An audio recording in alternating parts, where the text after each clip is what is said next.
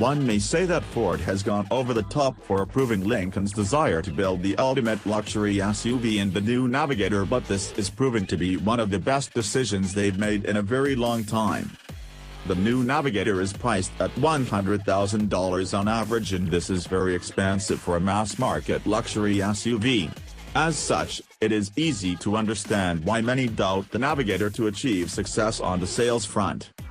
But then again, the amazing happens, and that is a long line of queue for the new Navigator. It was confirmed earlier today that Ford is struggling to keep up with demand for the SUV, something which even they didn't expect to be really high. It is a good headache for Ford to have, and they can be glad for taking a gamble on the high-end Navigator. However, to call the Navigator a sales success, we will need to wait a year for a better picture on the vehicle's sales performance.